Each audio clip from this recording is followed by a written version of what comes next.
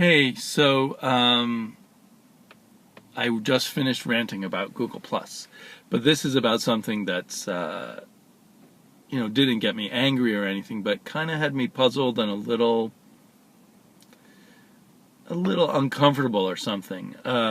Which is Kickstarter, which has been great for funding people's comic book projects, and I have a friend who's funded his book tour off of it because his book publisher gave him no money for a book tour.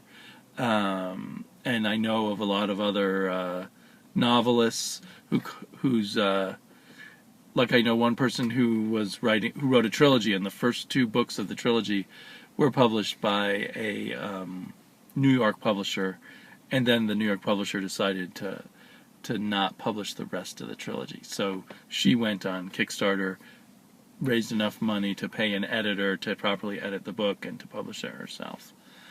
So Kickstarter is great for all of that stuff. I haven't supported a lot of Kickstarters. I keep meaning to. I keep looking around, well, what do I want to support here or there? And I've just supported a few things, but I'd like to support a few more in the future.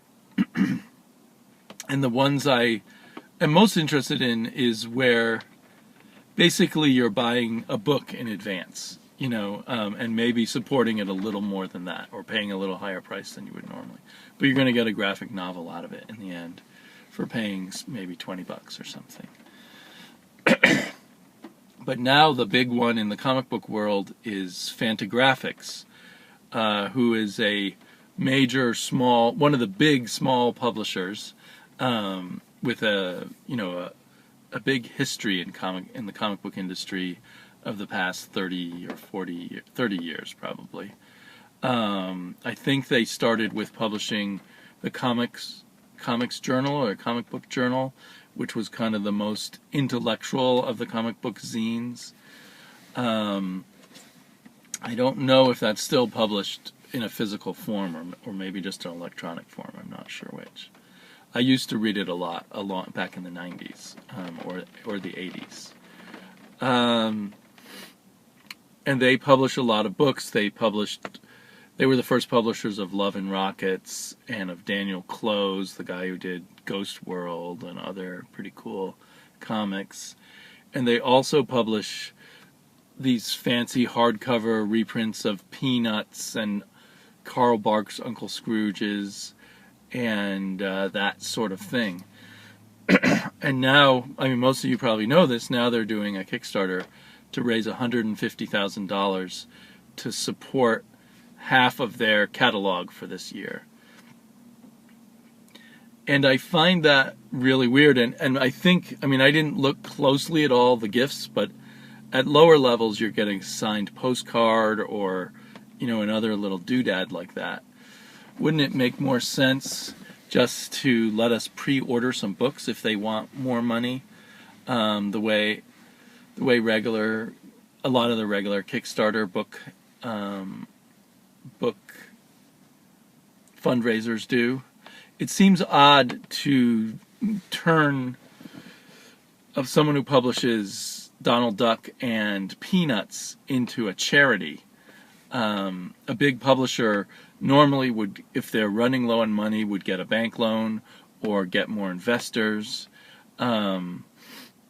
They are presumably out to make profits. They're not starting from scratch. They're a well-known publisher. So, they maybe got screwed over because one of their co-publishers died. And it also feels like, oh, you should give them money because someone died. But they're a big business, or a medium-sized business. In the publishing world, a medium-sized business, which may be a small business compared to a lot of other things. But it just seems really weird to give them money so that they can go out and continue their business. I feel guilty saying that because they're the cool, hip kind of publisher, but it would be one thing to give it to a really small publisher who's devoted to only bringing obscure artistic works to light. But Fantagraphics is kind of in the middle there, and they do a lot of very commercial stuff, along with some somewhat edgy material. It's not so dangerous to reprint the complete works of R. Crumb. It would be really dangerous to try to publish mostly new people.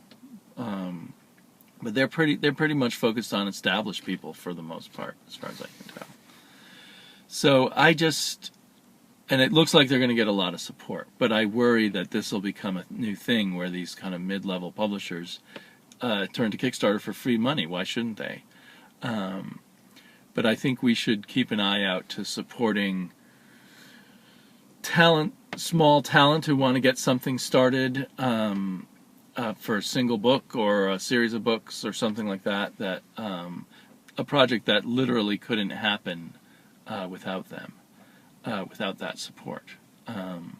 Kickstarter is great for helping people who don't want to be all about Marvel and DC, or don't have a contract with Fantagraphics Books. So anyway, I don't know if anyone else thought that whole Fantagraphics Books thing was a little strange. So, talk to you all later. I'll be picking up my comic books this afternoon, and hopefully review them sometime, or give you my thoughts on them sometime over the weekend. Talk to you all later. Bye-bye.